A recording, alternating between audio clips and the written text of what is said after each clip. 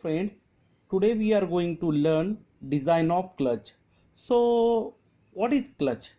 So clutch is a mechanical device used to engage or disengage the driving shaft from the driven shaft at the will of operator. Okay, at the will of operator, and power is transmitted from driving to driven shaft. Okay, so for example, in our actual practice, when vehicle is to be stopped for a while or to change the gear, it is required that driving shaft should stop, but the engine should run naturally under the no load condition, that is idle conditions. Okay, so again this is achieved by using clutch mounted between the engine shaft and gearbox shaft, and which is operated by a lever. Understood? After understanding the definition of clutch, now how the clutches are classified, or what are the different types of clutches. Okay, so basically there are two types of clutches: positive clutch and friction clutch. But nowadays we are using only the friction clutches. So friction clutches are classified again in mainly three classes. Okay, first one plate clutch, second one cone clutch, and third one centrifugal clutches. Okay, so among from that, the single plate clutch are again mainly classified into two classes. So first one is a single plate clutch and second one is a multi plate clutch. Okay, so a multi plate clutch. We'll first go for uniform pressure theory. For this purpose, we'll consider here one elemental ring. So let we have any elemental ring here. So we have an elemental ring here at radius equal to r of thickness equals to dr. So this one is ring at a radius equals to r and thickness of this one is dr. If we visualize this ring here, will you get this ring here? And at this point, do you have pressure applied equals to P? Is same as this pressure. This pressure is constant everywhere. Now this ring is it independent of uniform pressure and uniform wear? So first of all, what is the area of this ring? Is it circumference multiplied by? So we have dA 2 pi r dr. At this point we have pressure equal to P, and for this case also we have pressure equal to P. That may be variable. But for both cases, if P is the pressure acting on the given elemental area, this area will appear here also. So are we able to calculate the force dF on the elemental ring is P multiplied by dA. It is common for both. So we will discuss both equations simultaneously. Basically this one is dFA because pressure is acting on this side. So we have dFA equal to P 2 pi r into dr. So this is pressure into area. If you multiply mu to this force, that will become a frictional force. So if I want to write down the frictional force, will be mu into dFA, because this dFA will act as a normal force. Multiplying by mu will become the frictional force. So this term is mu multiplied by P multiplied by 2 pi r multiplied by dr. We also write in the same way. This bracket is area. Area multiplied by pressure is force. Force multiplied by mu is friction force. You can very easily remember this. Your objective is to develop one equation for force and one equation for frictional torque. So we have frictional torque is equals to R. At this point, the radius is R. Elemental ring, the radius is R. R multiplied by frictional force. So this value will be equals to mu multiplied by P multiplied by 2 pi r. Don't multiply. Multiplied by r. Now you remember this. Pressure into area, force. Force into mu, frictional force. Multiplied by r, moment. That is torque. First we will discuss the uniform pressure theory. So we have first expression we will develop for Fa. Fa equal to simple integral of dFA. Summation of all these forces. This equals to integral dFA is pressure multiplied by area 2 pi r into dr. Our discussion is for uniform pressure. If the radius r here has limits from RO and Ri, lower value it will accept as Ri, higher value it will accept as RO. So I am not writing here limit. Lower limit is Ri, upper limit is RO. That you can understand. Because friction is only from this point to this point. That is Ri to RO. So can we take out P common? Can we take out 2 pi common? Yes. So we have 2 pi into P.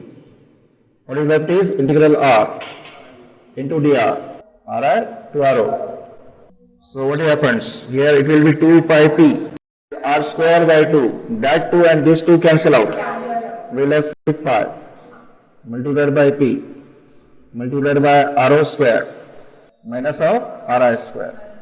If you rearrange this term, what you observe here is pressure multiplied by pi multiplied by RO square minus Ri square. Here is pi into RO square minus Ri square is the area of the friction plate. So pressure multiplied by area is force. But this is valid only for uniform pressure because your pressure is constant. Will not be for uniform wear case. It will be different equation.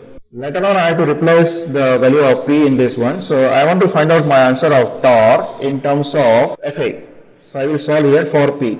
So P is equal to Fa divided by pi into RO square minus Ri square. Let's say this is equation number 1. Next we will go for torque. What is the frictional torque produced in the case of uniform pressure?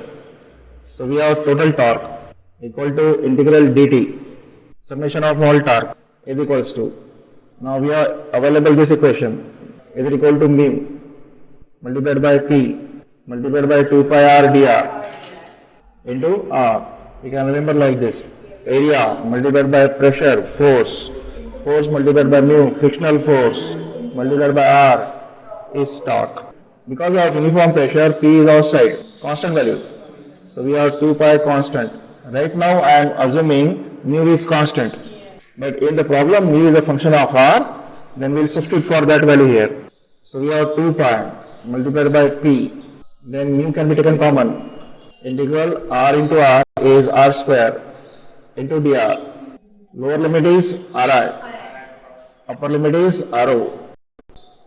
So we have 2 pi into P multiplied by mu. This one is R cube by 3. So this is divided by 3. And what you get is RO cube minus Ri cube. So in single one step, you just write P multiplied by area multiplied by mu multiplied by R and get this step. So normally use this equation. I will rearrange this equation by this value of P. I can use the equation P here. From equation 1 I can substitute for P and I can write down my equation of torque in terms of Fa. So we are putting 1 in this equation, we get 2 by 3 multiplied by pi. Now we are replacing for P, Fa divided by pi, RO square minus Ri square. Substitution for pressure. My mu will be as it is because we already substitute for P and this will become RO cube minus Ri cube. I think we can very well cancel pi. Rest term cannot be cancelled. So we have to systematically write that equation in this form, like this form. That is torque equals to mu into force. Is it frictional force? Torque. This is Fa into mu, frictional force into R value. And this R we called as effective value. So we will rearrange this equation as torque equals to. First term we will write as mu. Second term we prefer to write as Fa as per this equation. And rest term we are writing as 2 by 3. Is this value will be RO cube minus Ri cube divided by RO square minus Ri square. Then is this value will be R effective. But do not remember this value. Rather simply remember this equation and always solve by first principle. We have the value of torque. Can we find out power? 2 pi nt by 60. Not remember either of this equation or either of this equation. Always solve by first principle. it is better to have area. Area is 2 pi r dr. Area multiplied by pressure is force. Force multiplied by mu is friction force. Multiplied by r will be torque. Always solve by first principle. Now when we'll go for uniform wear theory, that is this theory now. In this theory, do we have a law equal to P into R equal to constant? So we'll take the advantage of this one. And all this value will remain same. That will not change. So first of all, we'll calculate for Fa. Even the first integral is also same. Expression is also same. But we'll take the advantage of P into R constant. So I will take here this term of P, this term of R. Is this productive C value? So what I get? This value equals to 2 pi multiplied by C multiplied by dr. C is a constant value now. So we can very well take out 2 pi C outside. Is the integral of dr. Is the integral from Ri to Rho. Can you very quickly find out Fa? Fa is 2 pi multiplied by C. Is it Rho minus Ri? So this is equation of axial force in the case of uniform wear theory. This one is uniform wear theory. So we are discussing this figure now. So we have C is equals to Fa upon 2 pi Rho minus Ri. Now we will go for torque, that is frictional torque. Again we have the same formula, mu into P into 2 pi R into dr. So again, can we take the advantage of P into R constant? So we will collect one term of P and any one term. So I collect this term as R. So I will replace this value equal to C. So what I get? Integral mu 2 pi. This P into R is C. Still I left with 1 R multiplied by dr. Mu as it is, 2 pi will be as it is. This pressure and this R will replace as C. 1 R is left multiplied by dr. Now at this point, can we take out 2 pi outside? Constant. We are assuming mu constant. C is also constant. Are you left with simply integral R dr? A more simple equation for uniform wear. Is this limit is from Ri to Rho. So what do we get from this one? We will get 2 pi into mu into C.